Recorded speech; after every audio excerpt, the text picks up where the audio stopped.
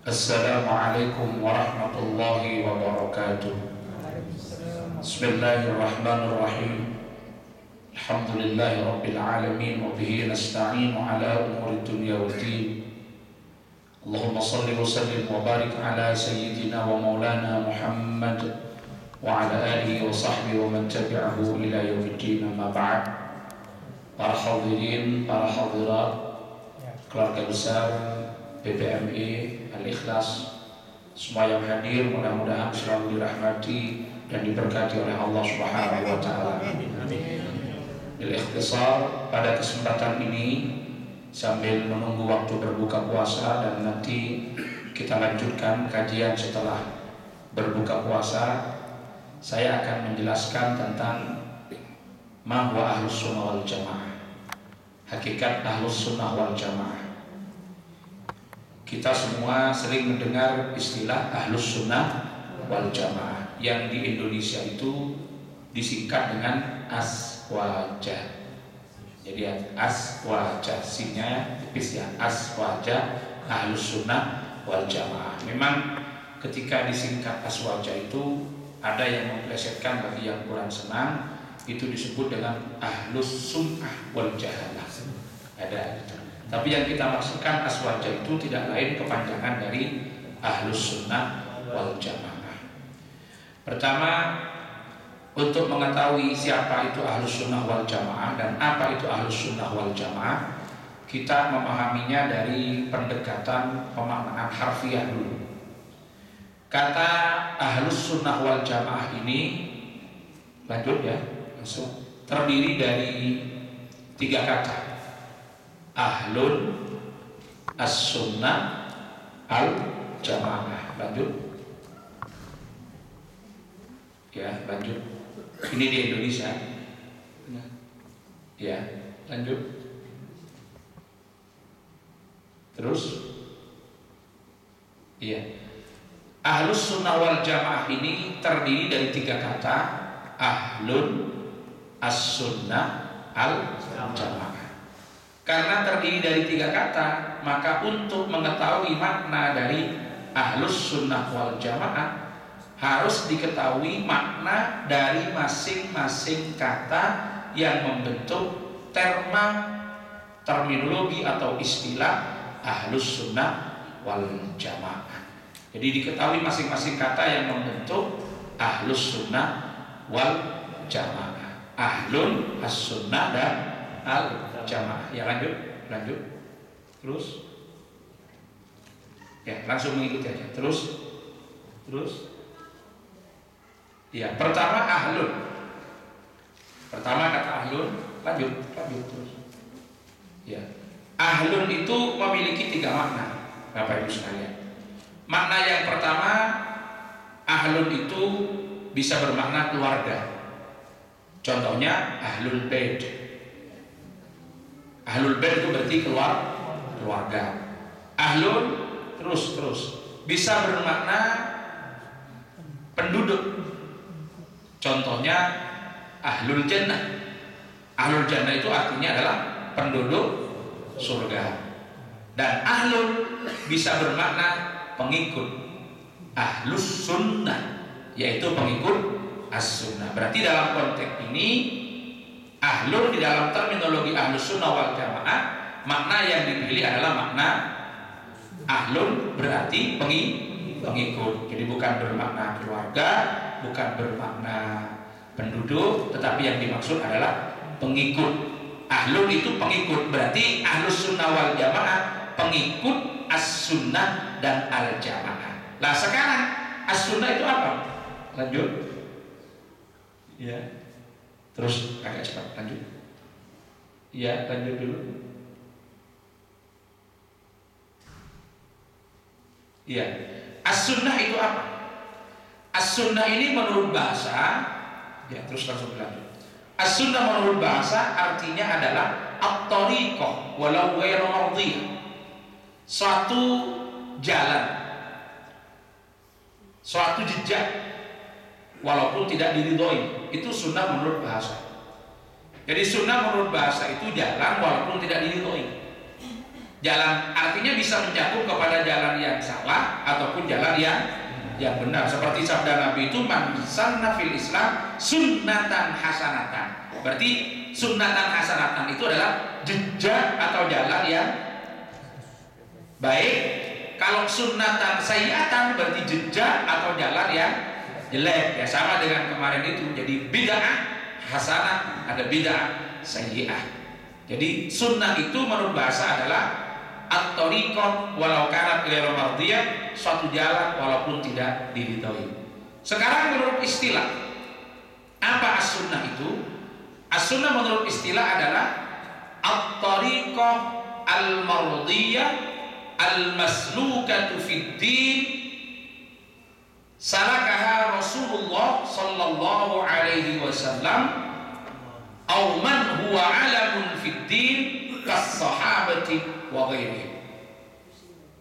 Jadi as-sunnah menurut istilah adalah jalan atau jejak yang diridhoi, yang pernah ditempuh atau pernah dilakoni, pernah dilaksanakan, pernah dijalani oleh Rasulullah Shallallahu Alaihi Wasallam atau orang-orang yang memiliki otoritas dalam agama, memiliki ilmu dalam agama seperti para sahabat.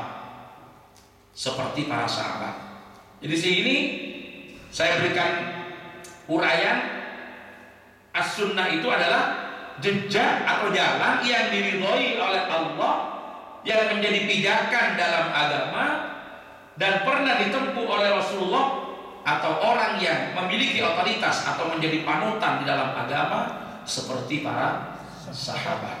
Jadi at-thariqah al-mardiyah al-maslukatu fid din salakaha Rasulullah sallallahu alaihi wasallam aw man huwa alamun fid din kas sahabat. Jadi sunnah itu adalah jejak atau jalan yang pernah ditempuh oleh Rasulullah dan ditempuh oleh para sahabat. Ini as-sunnah. Sementara al-jamaah, ini secara singkat dulu pengertiannya.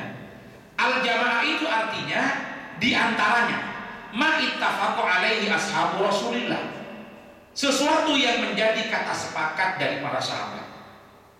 Berarti secara singkat kalau kita gabungkan, Ahlus Sunnah wal Jamaah itu adalah kelompok yang mengikuti apa-apa yang telah ditempuh atau diajarkan oleh Rasulullah dan juga menjadi kata sepakat para sahabat, atau apa-apa yang pernah ditempuh oleh Rasulullah dan juga dipraktekkan, ditempuh oleh para sahabat. Nah, di sini ada kata kunci yang harus kita perhatikan. Rasulullah dengan sahabat itu harus diletakkan berbanding lurus dalam konteks ini. Jangan diposisikan diametral. Jangan diposisikan diametral. Kenapa? Karena ketika kita ikut sahabat, itu berarti kita ikut Rasulullah. Karena Rasulullah yang telah memerintahkan kita untuk ikut sahabat. Dalam sebuah hadis ditegaskan, "Alaikum bisunnati wa sunnatil khulafa'ir rasyidin al-mahdiyyin min ba'di wa 'addu 'alaiha bin nawajib." Ikutilah sunnahku dan sunnahnya para khulafa ar-rasyidun, para khulafa ar-rasyidun yang telah mendapatkan hidayah, yang telah mendapatkan petunjuk dari Allah, yang ada di belakang Rasulullah. Wa'addu ilai 'alaiha bin nawajid, dan gigitlah yang kuat, berpeganglah yang kuat kepada as-sunnah, sunnah Rasulullah dan sunnah khulafaur rasyidun. Nah, di sini yang harus kita pahami bahwa penempatan Rasulullah dengan para sahabat yang ditempatkan pada posisi diametral adalah suatu kesalahan. Sering ada orang itu mempropaganda kita, kalau kamu mengerjakan ini, kamu ikut Nabi. Tapi kalau kamu melakukan ini, kamu ikut sahabat. Ketika posisi sahabat dengan Rasulullah itu ditempatkan pada posisi berhadap-hadapan, ini kemudian orang disuruh milih, pasti milih Nabi. Seakan-akan kalau kita ikut sahabat itu tidak ikut Nabi, itu yang salah. Kadang-kadang ada yang bilang kalau ada Jumat itu 1 kali itu ikut Nabi, kalau 2 kali itu ikut Utsman. Seakan-akan kalau kita ikut sahabat Utsman kita tidak ikut Nabi. Ini yang salah. Jadi kita ikut sahabat Utsman itu berarti kita ikut Nabi. Kenapa? Karena Nabi lah yang memerintahkan kita ikut kepada sahabat. Sama di sini Pak Hansa misalkan berpesan, saya Senin Selasa tidak bisa datang, sampean tolong komandonya ikut Pak Opang sebagai wakil saya. Satu saat ternyata yang tampak dari apa yang dipraktekkan Pak Opang itu tidak sama dengan yang dipesankan oleh Pak Hansa. Padahal sebetulnya Pak Opang itu menafsirkan, menerjemahkan apa yang dimaksudkan oleh Pak Hansa yang hanya diketahui oleh Pak Opang. Kemudian sampean panjenengan membuat ini pada posisi terpisah. Kalau begini ikut Pak Hansa, kalau ini ikut Pak Opang, itu salah. Jadi kita ikut Pak Opang itu berarti ikut Pak Hansa. Karena yang memerintahkan ikut Pak Opang itu adalah Pak Hansa. Seperti itu. Jadi jangan ditempatkan posisi sahabat dengan Rasulullah itu pada posisi diametral. Kita ikut sahabat, ya ikut Rasulullah. Karena dari kata sunnah itu sendiri, posisi sahabat sudah tercakup. As-sunnah yang diartikan dengan at-tariqah al-mardiyah al-maslukatu fid-din salakaha Rasulullah aw man huwa alamun fid-din kas-sahabah. Jadi jejak yang diridhoi oleh Allah, yang dijadikan pijakan dalam agama, yang pernah ditempuh oleh Rasulullah dan orang-orang yang jadi panutan dalam agama seperti para sahabat. Berarti kita ikut sahabat itu ikut Rasulullah. Ini jangan tempatkan pada posisi yang berhadap-hadapan. Sekarang ini kadang-kadang ada suatu amaliyah, kita hanya mendapatkan contohnya itu mauquf sampai di sahabat, tidak menemukan contoh dari Nabi, sahabat yang melakukan kreasi. Orang yang tidak suka sudah memecapnya, kalau kamu ini sudah melakukan sesuatu yang bid'ah, yang tidak dicontohkan oleh Nabi. Kemudian kita mengatakan, lah ini dipraktekkan oleh sahabat. Ada yang jawab, kalau kamu ikut Nabi begini, kalau kamu ikut sahabat begini. Itu pernyataan yang salah. Posisi Rasulullah dengan posisi sahabat itu jangan ditempatkan secara berhadapan-hadapan. Karena ketika kita ikut sahabat, berarti kita ikut Rasulullah. Sebab Rasulullah yang memerintahkan kita untuk kita ikut sahabat. Nah, dengan demikian Ahlus Sunnah wal Jamaah itu secara konkretnya terminologinya adalah kelompok yang konsisten mengikuti apa-apa yang telah diajarkan, dipraktekkan, ditempuh oleh Rasulullah dan oleh para sahabat. Jangan dipotong di situ. Atau kita mengikuti apa yang diajarkan oleh Rasulullah dan apa-apa yang telah menjadi kata sepakat dari para sahabat. Jadi ada yang mendefinisikan alladzina lazamu sunnatan nabi wa ma ittafaqa alaihi ashabun nabi. Jadi Ahlus Sunnah wal Jamaah adalah kelompok yang konsisten di dalam mengikuti apa-apa yang telah diajarkan oleh Nabi dan apa-apa yang dipraktikkan oleh sahabat. Nah, kemudian yang harus dipahami di sini, mengikuti apa-apa yang diajarkan oleh Nabi itu tidak dalam pengertian dibatasi tumpak blek, dalam arti harus persis tak begitu. Tidak, kita harus membatasi. Apa? Kita harus membagi, membedakan. Ada yang memang sesuatu itu tidak boleh dilakukan pembaharuan sama sekali. Itu terkait dengan pelaksanaan ibadah makhluk, kecuali ada contohnya dari Nabi.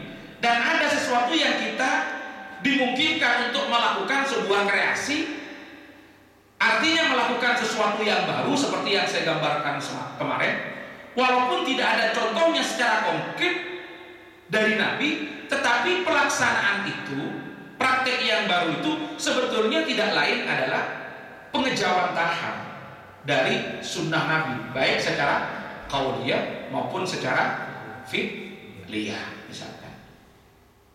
Nah, ini masuk dalam kategori kita berpegang kepada apa yang diajarkan oleh Rasulullah dan apa yang dipraktekkan serta diajarkan oleh para sahabat. Satu contoh nanti akan kita bahas pada bab khusus, misalkan Maulid misalnya. Bentuknya itu tidak ditemukan pada masa Nabi dalam bentuk yang seperti orang Muslim melaksanakan sekarang di hampir seluruh dunia. Tetapi prinsipnya, Bapak Ibu sekalian, itu adalah pengamalan daripada perintah Al-Quran dan pengamalan dari sunnah Rasulullah. Jadi dalam Al-Quran disebutkan, ketika kita itu mendapatkan kenikmatan dari Allah, fadl dan rahmat dari Allah, hendaklah kita berbahagia. Qul bi fadlillahi wa bi rahmatihi wa bidzalika falyafrahu.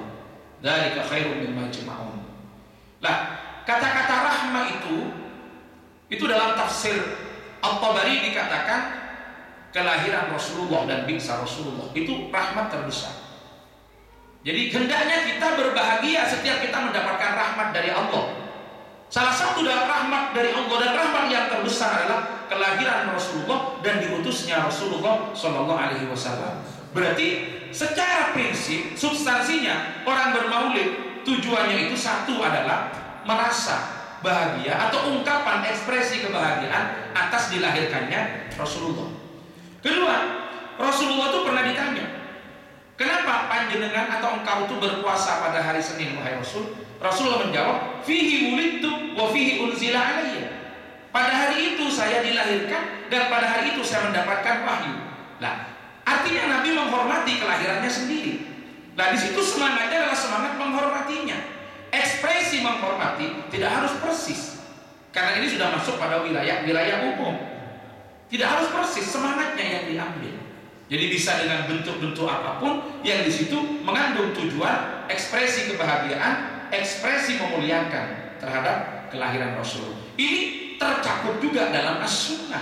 Walaupun konkretnya tidak diajarkan oleh Rasulullah bentuk formalnya, tetapi di situ adalah pelaksanaan terhadap substansi dari apa yang diajarkan oleh Rasulullah. Jadi melaksanakan sunnah Rasulullah, sunnah sahabat itu tidak harus dalam pengertian persis tak begitu, tergantung itu couplingnya masuk di mana. Kalau masuk pada wilayah ibadah mahdhah yang caranya waktunya sudah ditentukan, tidak bisa sholat misalkan.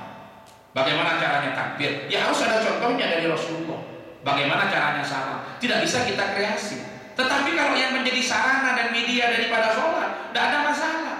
Sholatnya itu ibadah mahdhah, pekerjaannya, ucapannya yang tidak boleh ada kreasi. Tetapi kalau medianya, dulu zaman Nabi sholatnya udah pakai speaker, sekarang imamnya udah pakai mic tanpa kabel. Nanti jangan-jangan itu bid'ah juga karena gak ada contoh dari Rasulullah. Itu kan sarana, Pak, itu kan media, tidak harus plek-plekan seperti itu. Jadi ini harus dipahami. Jadi saya tegaskan lagi, yang disebut dengan Ahlus Sunnah itu, Ahlus Sunnah wal Jamaah adalah kelompok yang berpegang teguh atau mengikuti terhadap sunnah Nabi, artinya apa-apa yang pernah diajarkan, ditempuh oleh Rasulullah dan juga dipraktekkan oleh para sahabat. Nah, jangan posisikan sahabat dan Nabi itu pada posisi yang berhadapan-hadapan. Ini dulu definisinya, baru nanti kita masuk pada kriteria daripada Ahlus Sunnah wal Jamaah setelah kita berbuka puasa. Kita break dulu, kita akhiri. Assalamualaikum warahmatullahi wabarakatuh.